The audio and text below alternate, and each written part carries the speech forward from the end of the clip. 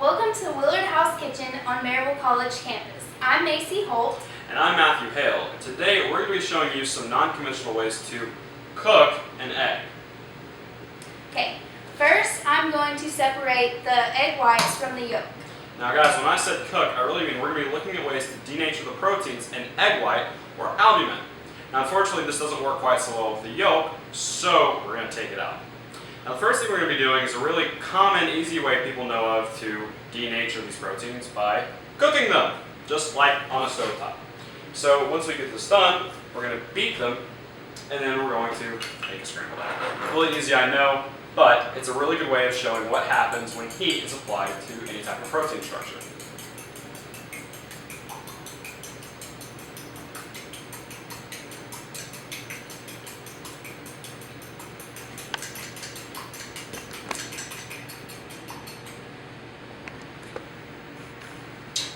Alright, so as you see, it's not a lot of foam, it's just a simple plain beaten egg.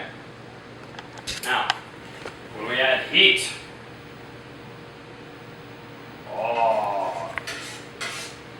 things start to happen. So what is happening while this egg is cooking is that bonds between the amino acids in the egg white are being broken down.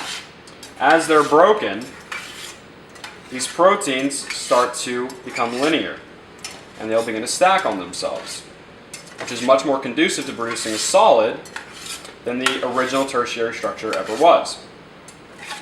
So, every time you're cooking an egg, scrambling an egg, making an omelet, this is what you're doing. You're breaking down these proteins so that they can form a solid.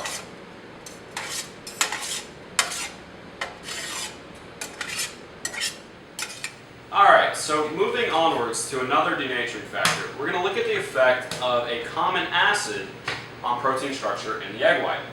So today, we have a really common one you find in your kitchen, lemon juice.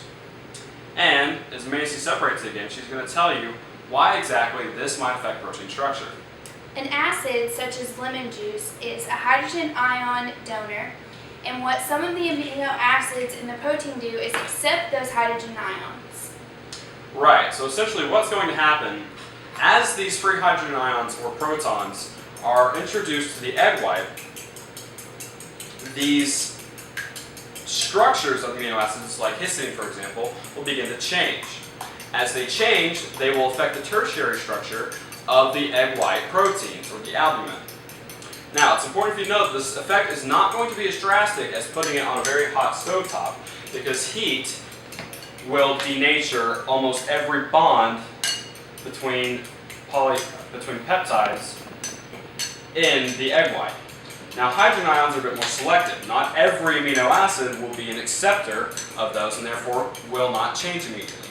But as you're seeing this foam start to be produced at the top of the egg, that is the selective breakdown of some of these bonds. Alright?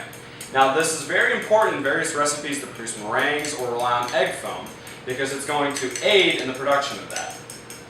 Now, as you saw earlier when we were beating the egg for just heat, we didn't have this foam produced. And like I said, that is the product of introducing free hydrogen ions in an acid to the egg white. Notice how fluffy it is becoming. This, of course, would not have happened without. Now, we're going to fry this again just for the heck of it, but lemon juice.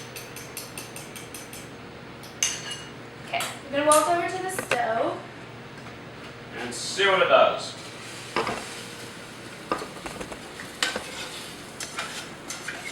So notice that foam at the top that we didn't see the first time. That is the already broken down protein structure of the albumin. And as you apply heat, that will break down further and it will solidify further. See?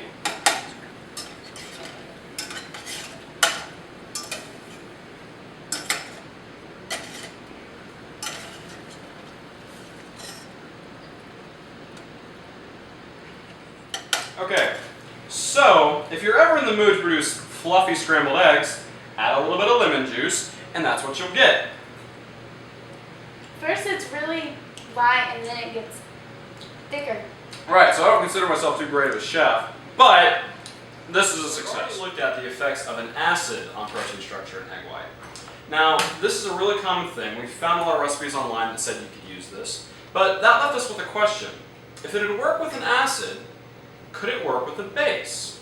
So what we've done is we took a really common source of a base, which is Tums or calcium carbonate, and we've crushed it up, and we're going to add it to our egg white because we want to see if there are amino acids that are just as readily proton donors as there are proton acceptors, in which case we'd have the same frothing effect as the acid.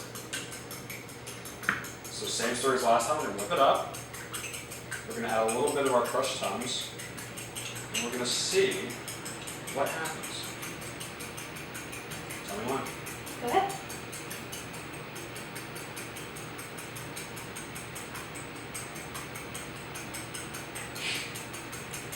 So besides turning a little pink, we are starting to see a froth. Now what we're looking for is the same froth that we got with the acid.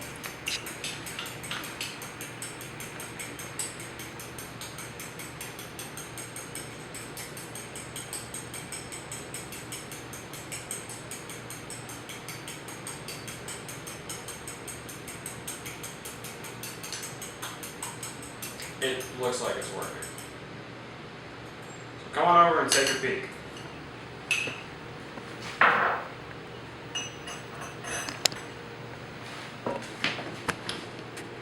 So same as before, we've got a nice egg foam developing on the top. Now, for the same reasons we'd see this with an acid, we're thinking you'd probably see it with the base too. If you have amino acids that are giving up a hydrogen ion as opposed to accepting one, it's going to change the secondary and tertiary structures of those peptides, and then we're going to see this. So now we're going to move over to the stove. We're going to do the same thing, cook it.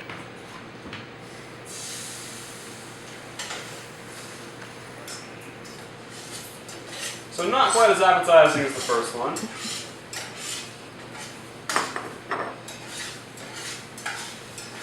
The heat is doing in the same way that we did with the acid, is it's denaturing it even further. And you have fluffy scrambled eggs again. That will take care of acid indigestion. So what we have made is pink frothy scrambled eggs. Maybe a good idea for Easter. Or if you want to scare the crap out of somebody. But the neat thing we've learned is that by the addition of a base, we've seen the same effect as we have with an acid. Macy, can I dare you to try some? Sure.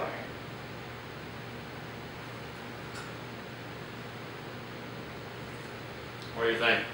It has the same texture, but it tastes like strawberry Tums. Alright, the take-home message, guys, is we've learned all these different ways to produce new textures in eggs, and it's all through The science of food.